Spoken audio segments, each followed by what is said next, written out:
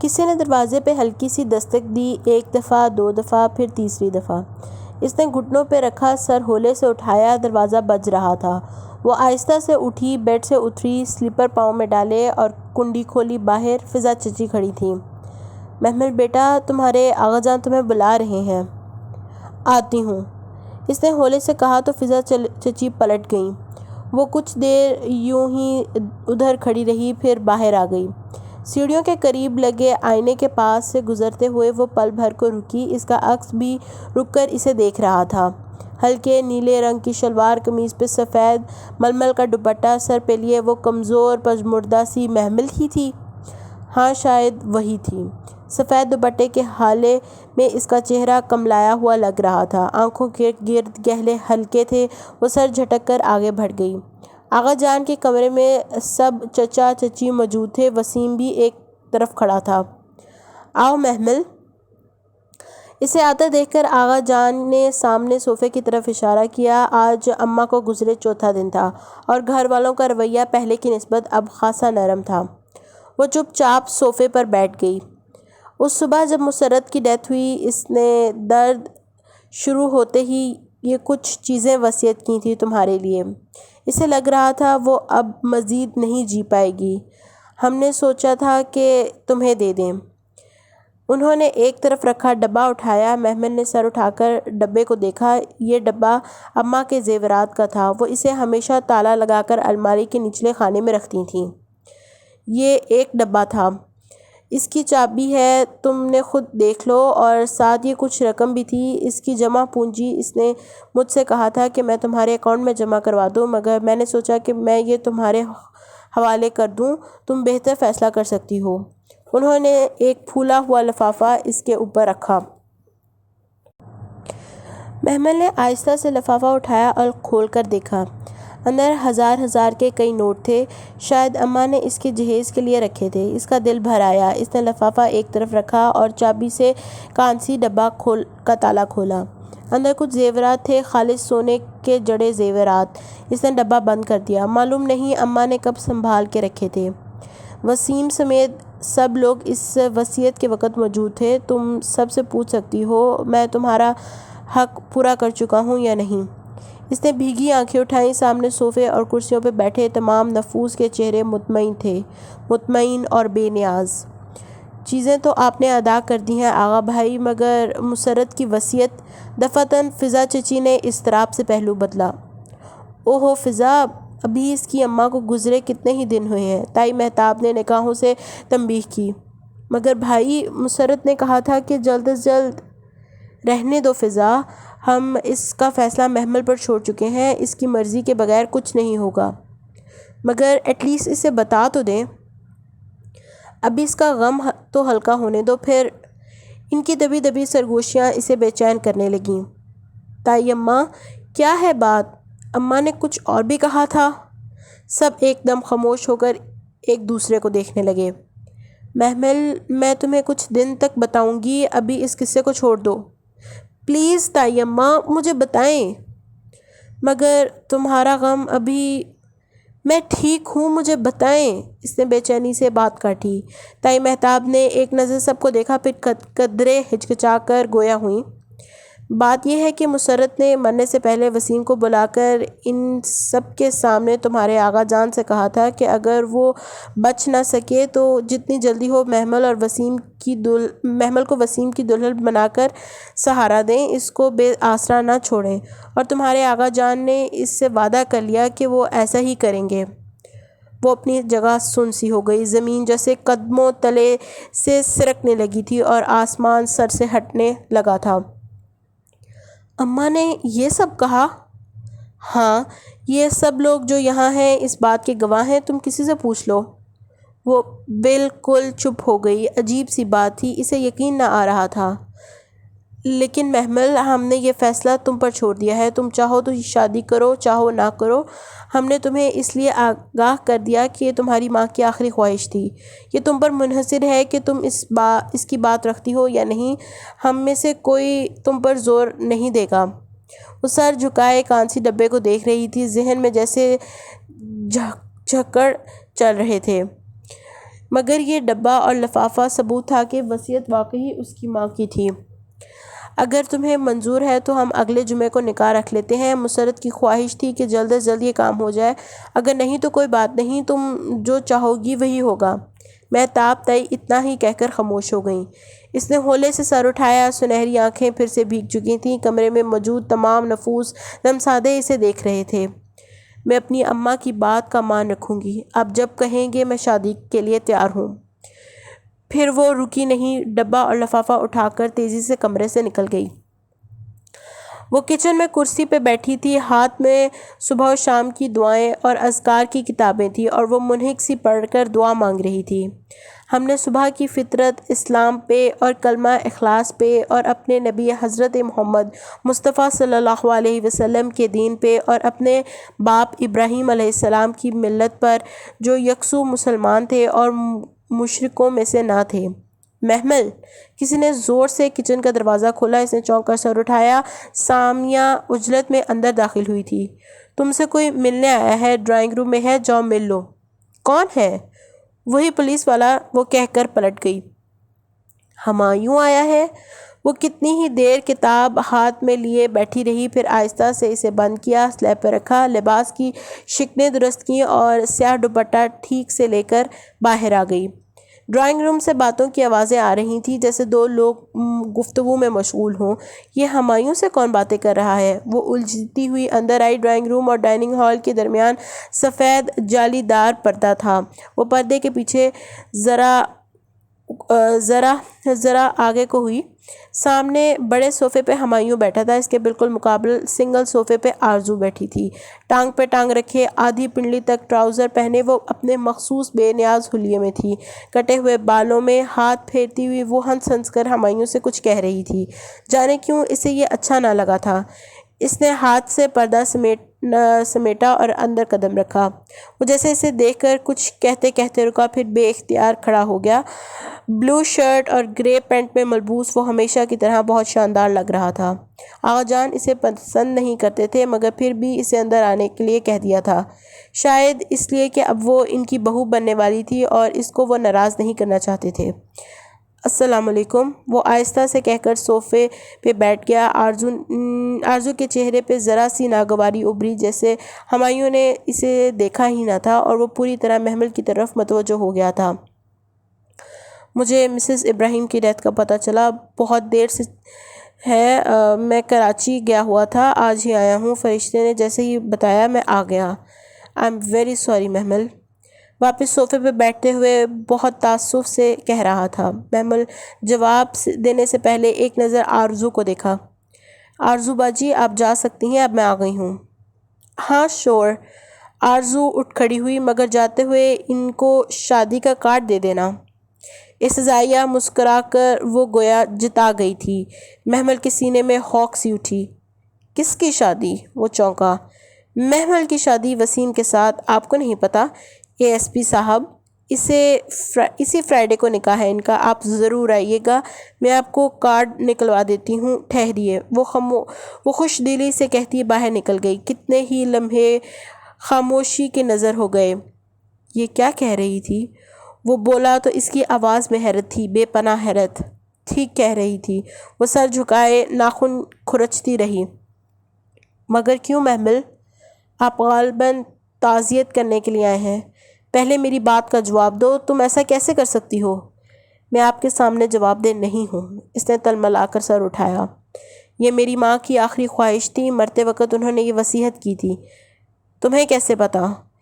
تم ان کی ڈیتھ کے وقت مسجد میں تھیں؟ ہاں، مگر انہوں نے آغا جان سے کہا تھا، سب لوگ وہاں موجود تھے، سب گواہ ہیں۔ وہ مٹھیاں بھیج کر رہ گیا۔ اس کا بس نہیں چل رہا تھا کہ وہ کیا کر ڈالے۔ تم انتہائی بے وقوف اور احمق ہو۔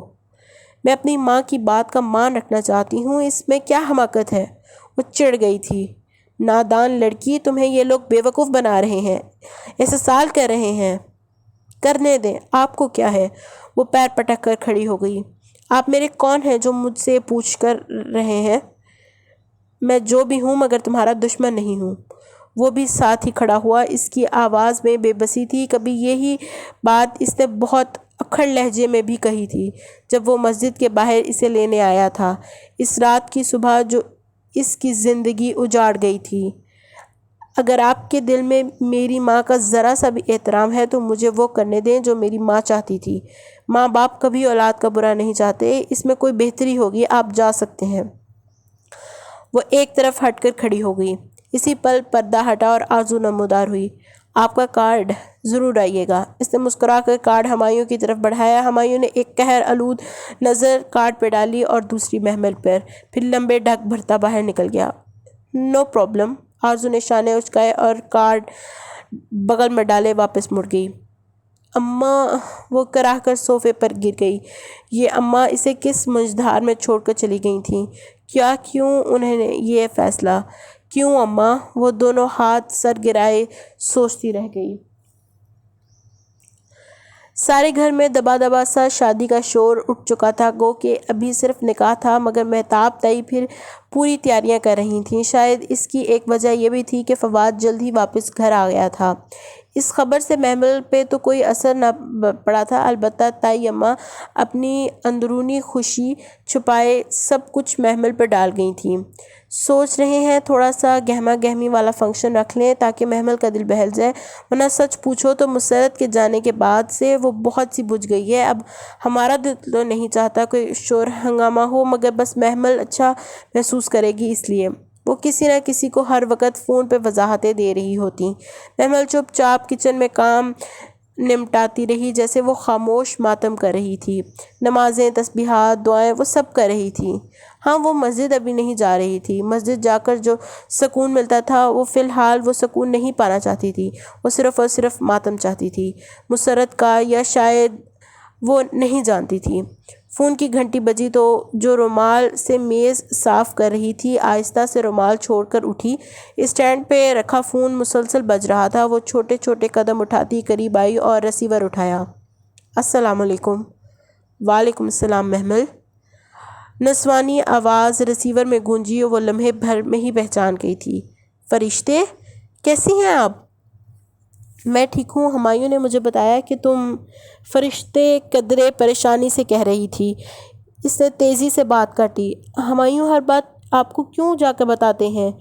ان سے کہیں ایسا مت کیا کریں۔ مگر محمل، تم اس طرح کیسے… آپ لوگ مجھے احمق کیوں سمجھتے ہیں؟ کیوں میرے لیے پریشان ہو رہے ہیں؟ میری ماں میرے لیے کچھ غلط نہیں سوچ رہی، پلیز مجھے میری زندگی کے فیصلے خود کرنے دیں۔ محمل، اب میں تمہیں کیا کہوں؟ اچھا ٹھیک ہے، جو کرنا ہے کرو، مگر سوچ کر کرنا۔ اوکے چلو، اب ہمایوں سے بات کر لو۔ ارے نہیں، وہ رکتے یہ کہہ رہی تھی، مگر فرشتے نے فون اسے پکڑا دیا۔ اگر تم نے فیصلہ کر ہی لیا ہے اور تمہارے وہ فیری ٹیل سسرال والے اجازت دیں تو کیا میں اور فرشتے تمہاری شادی کے فنکشن میں آ سکتے ہیں؟ ہمایوں، پیچھے سے فرشتے کی تنبیہ والی آواز ابھری۔ کیوں محمل، میں تم سے کچھ پوچھ رہا ہوں، وہ طنزیاً بولا تھا۔ ہاں شور، کیوں نہیں۔ جمعے کی رات 8 بجے فنکشن ہے، ضرور آئیے گا، اللہ حافظ۔ اس نے کھڑک سے فون بند کر دیا۔ غصہ اتنا ابل رہا تھا کہ فرشتے سے بھی بات کرنے کو جی نہیں چاہا۔ فون کی گھنٹی پھر سے بجنے لگی، مگر وہ سر جھٹک کر میز کی طرف بڑھ گئی، جہاں جھاڑ پونچھ کا رومال اس کا انتظار کر رہا تھا۔ بیوٹیشن نے کامدار دوپٹہ اس کے سر پر رکھا اور پھر اسے ایک ہاتھ سے پکڑے وہ جھک کر ڈریسنگ ٹیبل سے پنیں اٹھانے لی۔ محمل بت بنی اسٹول پہ بیٹھی سامنے آئینے میں خود کو دیکھ رہی تھی۔ بیوٹیشن اس کے پیچھے کھڑی اس کا دوپٹہ سیٹ کر رہی تھی۔ وہ کامدار شلوار قمیض گہرے سرخ رنگ کی تھی، جس پہ سلور سلما ستارے کا کام تھا، ساتھ میں نازک سا وائٹ گولڈ اور روبی کا نیکلس تھا اور ایک خوبصورت قیمتی سا ٹیکا جس میں بڑا سا سرخ روبی جڑا تھا اس کے ماتھے پہ سجا تھا۔ جانے طئی نے یہ سب کب بنوایا تھا؟ وہ بھی چپ چاپ ہر چیز پہنتی گئی۔ گھر میں ہونے والے ہنگاموں سے کہیں نہیں لگتا تھا کہ مسرت کو مرے ابھی 20 دن بھی نہیں ہوئے، مگر وہ کیوں شکوہ کرے، کس سے کرے؟ مسرت کی زندگی میں بھی ان کی اتنی اہمیت کہاں تھی کہ مرنے کے بعد انہیں کوئی یاد رکھتا؟ اور سنا تھا آج تو فواد بھی آ گیا تھا، پھر کاہے کا ماتم؟ وہ اپنے کمرے کے بجائے تائی کے کمرے میں تھی تاکہ وہ ٹھیک سے تیار ہو جائے۔ اسے تیار کرنے کے لیے تائی نے 2 ماہر بیوٹیشین لڑکیاں بلوائی تھیں جو کافی دیر سے اس پہ لگی ہوئی تھیں۔ دفعتاً باہر لاؤنج سے چند آوازیں گونجی۔ وہ ذرا سا چونکی۔ کیا فواد آ گیا تھا؟ یہ آواز تو سنو، یہ دروازہ تھوڑا سا کھول دو، بے چینی سے کہہ کے اس نے بیوٹیشین سے کہا تو وہ سر ہلاتی آگے بڑھی اور لاؤنج میں کھلنے والا دروازہ کھولا۔ سامنے لاؤنج کا منظر نظر آ رہا تھا اور اس کا شک درست تھا۔ تم ادھر کیوں آئی ہو؟ تائی مہتاب کی تلملاتی بلند آواز اس کو اندر تک سنائی دے رہی تھی۔ فکر مت کریں، میں رنگ میں بھنگ ڈالنے نہیں آئی، میں محمل کی شادی میں آئی ہوں، میرا آنا فرض بنتا تھا، وہ اطمینان سے کہتی سامنے صوفے پہ بیٹھی تھی۔ ادھ کھلے دروازے سے وہ محمل اس کو صاف صاف نظر آ رہی تھی۔ سیاہ عبائی کے اوپر سیاہ حجاب کی تنگ ہالے کو چہرے کے گرد لپٹے وہ اپنے بے نیازی سے ٹانگ پہ ٹانگ رکھے بیٹھی اعتراف کا جائزہ لے رہی تھی۔ محمل نے لمحے بھر کو محسوس کرنا چاہا کہ اسے فرشتے کے آنے سے خوشی ہوئی ہے، مگر اسے اپنے محسوسات بہت جامد لگ رہے تھے، برف کی طرح ٹھنڈے۔ اندر باہر خاموشی تھی۔ فرشتے آئے یا فواد، اب اسے کوئی فرق نہیں پڑتا تھا۔ مگر ہم تمہارا اس گھر سے کوئی رشتہ تسلیم نہیں کرتے۔ نہ کریں، مجھے پرواہ نہیں۔ وہ اب ہاتھ میں پکڑے موبائل کے بٹن دباتی اس کی طرف یوں متوجہ تھی جیسے سامنے غصے سے بل کھاتی تائی مہتاب کی کوئی اہمیت ہی نہ ہو۔ فرشتے کے پاس موبائل نہیں تھا، وہ شاید ہمایوں کا موبائل لے کر آئی تھی۔ دیکھو لڑکی، تمہارا محمل سے کوئی تعلق نہیں ہے، بہتر ہے کہ تم یہاں سے چلی جاؤ اس سے پہلے کہ میں گارڈ بلوا لوں۔ پھر آپ گارڈ بلوا لیں، کیونکہ میں تو ایسے نہیں جانے والی۔ سوری۔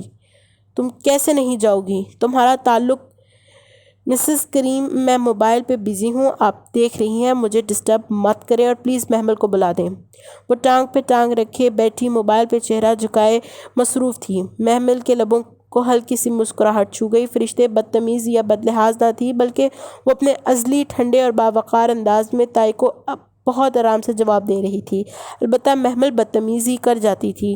اسے لگتا تھا وہ کبھی بھی فرشتے کی طرح پراعتماد اور باوقار نہیں بن سکے گی۔ محمل تم سے نہیں ملے گی، تم جا سکتی ہو۔ آغا جان کی آواز پہ موبائل پہ مصروف فرشتے نے چونک کر سر اٹھایا۔ وہ سامنے سے چلتے آ رہے تھے، کلف لگے شلوار قمیض میں ملبوس، کمر پہ ہاتھ باندھے وہ غیظ و غضب کی تصویر بنے ہوئے تھے۔ السلام علیکم کریم چچا۔ وہ موبائل رکھ کر اٹھ کھڑی ہوئی، چہرے پہ ازلی اعتماد اور سکون تھا۔ فرشتے، تم یہاں سے جا سکتی ہو، آپ مجھے نکال سکتے ہیں؟ وہ ذرا سا مسکرائے۔ آپ کو لگتا ہے کہ کریم چچا کہ آپ مجھے یہاں سے نکال سکتے ہیں؟ میں نے کہا یہاں سے جاؤ۔ وہ ایک دم غصے سے دھاڑے تھے۔ میں بھی اتنا ہی اونچی چیخ سکتی ہوں، مگر میں ویسا نہیں کروں گی۔ میں یہاں یہ کرنے نہیں آئی، میں صرف محمل سے ملنے آئی ہوں۔ وہ سینے پہ ہاتھ باندھے پراعتماد ان کے سامنے کھڑی تھی۔ لاؤنج میں سب اکٹھے ہونے لگے تھے۔ لڑکیاں ایک طرف کھڑی لاعلم سی اشاروں میں ایک دوسرے سے پوچھ رہی تھیں۔ اسد چچا، غفران چچا، فضا چچی اور نائمہ چچی بھی وہیں آ گئے تھے۔ حسن بھی شور سن کر سیڑھیوں سے اتر کر وہیں آ گیا تھا۔ لاؤنج کے بیچوں بیچ آغا جان کے سامنے کھڑی وہ دراز قد سیاہ عبایا والی لڑکی کون تھی؟ بہت سی آنکھوں میں سوال ابھرے تھے۔ تمہارا محمل سے کوئی رابطہ نہیں، وہ تم سے نہیں ملے گی، سنا تم نے؟ آپ یہی بات محمل کو بلوا کر پوچھ لیں نہ کریم چچا کہ وہ مجھ سے ملے گی یا نہیں۔ ہم تمہیں نہیں جانتے کہ تم کون ہو، کہاں سے اٹھ کر آ گئی ہو۔ تم فوراً نکل جاؤ ورنہ مجھ سے برا کوئی نہیں ہوگا۔ آقا جان، یہ کون ہے؟ حسن الجھ کر بولا تھا۔ تم بیچ میں مت بولو۔ انہوں نے پلٹ کر اتنی بری طرح سے جھڑکا تھا کہ حسن خائف ہو گیا۔ ہٹو۔ بیوٹیشین کا ہاتھ ہٹا کر وہ اٹھی اور کامدار دوپٹہ سنبھالتی ننگے پاؤں باہر کو لپکی۔ آپ مجھ سے ملنے آئی ہیں؟ لاؤنج کے سرے پہ وہ رک کر بولی تو سب نے چونک کر اس کی طرف دیکھا۔ فرشتے ذرا سا مسکرائی۔ کریم چچا کہہ رہے تھے کہ تم مجھ سے نہیں ملو گی۔ محمل، تم اندر جاؤ۔ تائی مہتاب پریشانی سے آگے بڑھیں۔ آغا جان، تائی ماں، فرشتے کو میں نے خود شادی پہ انوائٹ کیا ہے، آپ گھر آئے مہمان کو کیسے نکال سکتے ہیں؟ تم نے؟ تائی مہتاب بھونچکی سی رہ گئیں۔ تم جانتی ہو اسے؟ ہاں، میں انہیں جانتی ہوں۔ اور یہ کیسے نہیں جانتی ہوں گی؟ ان کے تو اس عاشق کی عزیزہ ہے نا یہ۔ کوئی تمسخرانہ انداز میں کہتا سیڑھیوں سے اتر رہا تھا۔ محمل نے چونک کر گردن اٹھائی، وہ فواد تھا۔ حشاش بشاش چہرے پہ طنز لیے مسکراہٹ لیے وہ ان کے سامنے آن کھڑا ہوا۔ یہ کون ہے؟ فرشتے نے قدرے ناگواری سے اسے دیکھ کر محمل کو مخاطب کیا تھا۔ یہ اس ملک میں قانون کی بے بسی کا منہ بولتا ثبوت ہے، جن کو قانون زیادہ دیر تک اندر حراست میں نہیں رکھ سکتا۔ ایک جتاتی نظر فواد پہ ڈال کر اس نے چہرہ موڑ لیا۔ آپ اندر آ جائیں فرشتے، بیٹھ کر بات کرتے ہیں۔ ہرگز نہیں، تائید تیزی سے بڑھ گئی۔ محمل، یہ لڑکی فراڈ ہے، یہ صرف ابراہیم کی جائیداد کے پیچھے ہے۔ وہ تو آپ بھی ہیں مہتاب آنٹی، اور شاید اسی لیے آپ محمل کو بہو بنا رہی ہیں۔ اس نے فرشتے کو کسی سے اتنی درشتی سے بات کرتے آج پہلی بار دیکھا تھا، مگر اسے حیرت نہیں ہوئی تھی۔ یہ ہمارے گھر کا معاملہ ہے، تم بیچ میں مت بولو۔ میں بیچ میں بولوں گی، محمل کے لیے ضرور بولوں گی۔ وہ پلٹی اور محمل کو دونوں کندھوں سے تھام کر اپنے سامنے کیا۔ محمل، مجھے بتاؤ، ان لوگوں نے تمہارے ساتھ زبردستی کی ہے؟ یہ تمہیں کیوں مجبور کر رہے ہیں یہ شادی پہ؟ مجھے کسی نے مجبور نہیں کیا، یہ میرا اپنا فیصلہ ہے، میں اس میں خوش ہوں۔ فرشتے ایک دم سے چپ ہو گئی۔ اس کے شانوں پہ اس کے ہاتھ ڈھیلے پڑ گئے۔ سن لیا تم نے، اب جاؤ۔ آغا جان نے استدعائیہ سر جھٹکا اور دروازے کی طرف اشارہ کیا، مگر وہ ان کی طرف متوجہ نہ تھی۔ محمل، تم نے اتنا بڑا فیصلہ کیسے کر لیا؟ وہ دکھ سے اسے دیکھ کر رہ گئی تھی۔ جب کسی کو اپنا مخلص دوست کہا جاتا ہے اور اپنے دوست کی محبت اور خلوص کے دعوے کیے جاتے ہیں تو اتنے بڑے فیصلوں سے قبل اسے مطلع بھی کیا جاتا ہے۔ میں آپ کو بتانے ہی میں اپنی بات نہیں کر رہی۔ پھر کون؟ وہ چونکی۔ کیا ہمایوں؟ اس کا نام اس نے بہت آہستہ سے لیا تھا۔ وہ مزید اس کے قریب آئی اور اس کی آنکھوں میں دیکھتے ہوئے دھیرے سے بولی، میں اپنے مصحف کی بات کر رہی ہوں، جس کے اتارنے والے سے تم نے سمان و اطعنا، ہم نے سنا اور ہم نے اطاعت کی کا وعدہ کیا تھا، کیا تم نے اسے بتایا؟ فرشتے، وہ بنا پل چپکے سے دیکھ رہی تھی۔ اللہ کو سب پتہ ہے، میں کیا بتاؤں؟ کیا تمہیں دن میں 5 بار اسے اپنی اطاعت کا بتانا پڑتا ہے؟ پھر اپنے فیصلوں میں اسے کیسے بھول سکتی ہو؟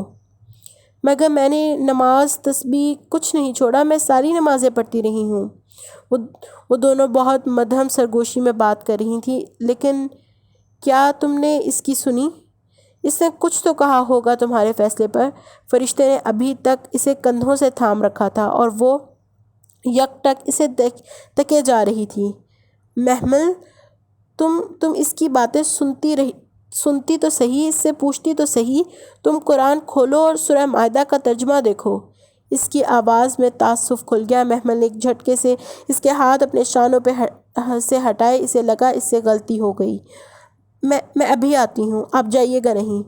وہ کامدار دوپٹے کا پلو انگلیوں سے تھامے ننگے پاؤں بھاگتی ہوئی کمرے کی طرف بڑھی۔ محترمہ، آپ جا سکتی ہیں۔ فواد نے دروازے کی طرف اشارہ کیا۔ یہ میرے باپ کا گھر ہے، اس میں ٹھہرنے کے لیے مجھے آپ کی اجازت کی ضرورت نہیں ہے۔ وہ رکھائی سے کہتی صوفے پہ بیٹھی ہوئے پھر سے موبائل فون اٹھا لیا۔ فواد اور آغا جان نے ایک دوسرے کو دیکھا، نگاہوں میں اشاروں کا تبادلہ کیا اور پھر آغا جان بھی گہری سانس لیتے ہوئے صوفے پہ بیٹھ گئے۔ تقریب کے شروع ہونے میں 2-2.5 گھنٹے پڑے تھے۔ مہمانوں کی آمد کا سلسلہ بھی شروع نہیں ہوا تھا۔ محمل دوڑتے قدموں سے اپنے کمروں میں آئی۔ دروازے کی چٹکنی چڑھا کر وہ شیلف کی طرف لپکی۔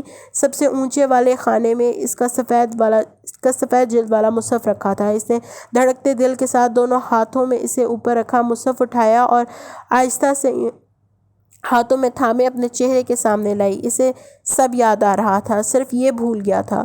کیوں؟ وہ اسے مضبوطی سے پکڑے بیڈ پر آ بیٹھی اور کھولا۔ وہ سورہ مائدہ کی 106 آیت تھی۔ جس وقت کلاس میں مسرت کی موت کی خبر کی وجہ سے اسے بلوایا گیا تھا، اس وقت یہی آیت پڑھائی جا رہی تھی۔ اے ایمان والو، جب تم میں سے کسی کی موت کا وقت قریب آ جائے اور وصیت کر رہا ہو تو۔ چند الفاظ پڑھ کر اس کا دل بری طرح دھڑکا تھا۔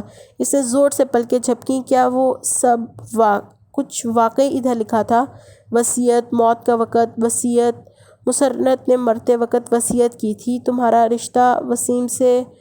بہت سی آوازیں ذہن میں گڈ مڈ ہونے لگیں۔ وہ سر جھٹک کر پھر سے پڑھنے لگی۔ اے لوگو جو ایمان لائے ہو، جب تم میں سے کسی کی موت کا وقت آ جائے اور وہ وصیت کر رہا ہو تو اس کے لیے شہادت کا نصب یہ ہے کہ تمہاری جماعت میں 2 صاحب عدل آدمی گواہ بنائے جائیں، یا اگر تم سفر کی حالت میں ہو اور وہاں موت کی مصیبت پیش آ جائے تو غیر لوگوں ہی میں سے 2 گواہ لے لو۔ پھر اگر ان کی بتائی ہوئی وصیت میں کوئی شک پڑ جائے تو نماز کے بعد دونوں گواہوں کو مسجد روک لیا جائے اور وہ قسم کھا کر کہیں کہ ہم کسی فائدے کے عوض شہادت بیچنے والے نہیں، اور خواہ کوئی ہمارا رشتہ دار ہی کیوں نہ ہو، ہم اس کی رعایت کرنے والے نہیں، اور نہ خدا کے واسطے کی گواہی کو ہم چھپانے والے ہیں۔ اگر ہم نے ایسا کیا تو ہم گناہ گاروں میں شامل ہوں گے۔ وہ ساکت سی الفاظ کو دیکھ رہی تھی، اس کی آنکھیں پتھرا گئی تھیں، قرآن کو تھامے دونوں ہاتھ لیے بے جان سی ہو گئی۔ کیا وہ واقعی یہاں سب لکھا تھا؟ مگر کیسے؟ وصیت، 2 افراد کی قسم گواہی، رشتہ دار، یہ سب تو اس کے ساتھ ہو رہا تھا۔ وہ پلک تک نہ جھپک پا رہی تھی، اس کا دل جیسے رعب سے بھر گیا تھا، رعب سے اور خوف سے۔ یکایک اسے لگا اس کے ہاتھ کپ کپا رہے ہیں، اسے ٹھنڈے پسینے آ رہے ہیں۔ وہ بہت بھاری کتاب تھی، بہت بھاری، بہت وزنی، وہ جس کا بوجھ پہاڑ بھی نہ اٹھا سکے ہوں گے وہ کیسے اٹھا سکتی تھی؟ اسے لگا اس کی ہمت جواب دے گئی ہے، وہ اب مزید بوجھ نہیں اٹھا پائے گی۔ وہ عام کتاب نہیں تھی، اللہ کی کتاب تھی، اسے اللہ نے اس کے لیے بہت خاص اس کے لیے اتارا تھا۔ ہر لفظ ایک پیغام تھا، ایک سطر ایک اشارہ تھا۔ اس نے اتنی زندگی ضائع کر دی، اس نے یہ پیغام کبھی نہیں دیکھا۔ محمل، تم نے اتنی عمر بیکار گزار دی۔ یہ کتاب غلاف میں لپٹ کر بہت اونچا سا سجانے کے لیے تو نہ تھی، یہ تو پڑھنے کے لیے تھی۔ ہر دفعہ کی طرح آج بھی اس کتاب نے اسے بہت حیران کیا تھا۔ سوچنا سمجھنا تو دور کی بات، وہ تو متحیری ان الفاظ کو تکے جا رہی تھی۔ یہ کب کیا تھا؟ کیسے اس کتاب کو سب پتہ ہوتا تھا؟ کیونکہ یہ اللہ کی کتاب ہے نادان لڑکی، یہ اللہ کی بات ہے، یہ اس کا پیغام ہے خاص تمہارے لیے۔ تم لوگ نہ سننا چاہو تو یہ الگ بات ہے۔ کس نے اس کے دل سے بات کہی تھی؟ وہ کون تھا؟ وہ نہ جانتی تھی۔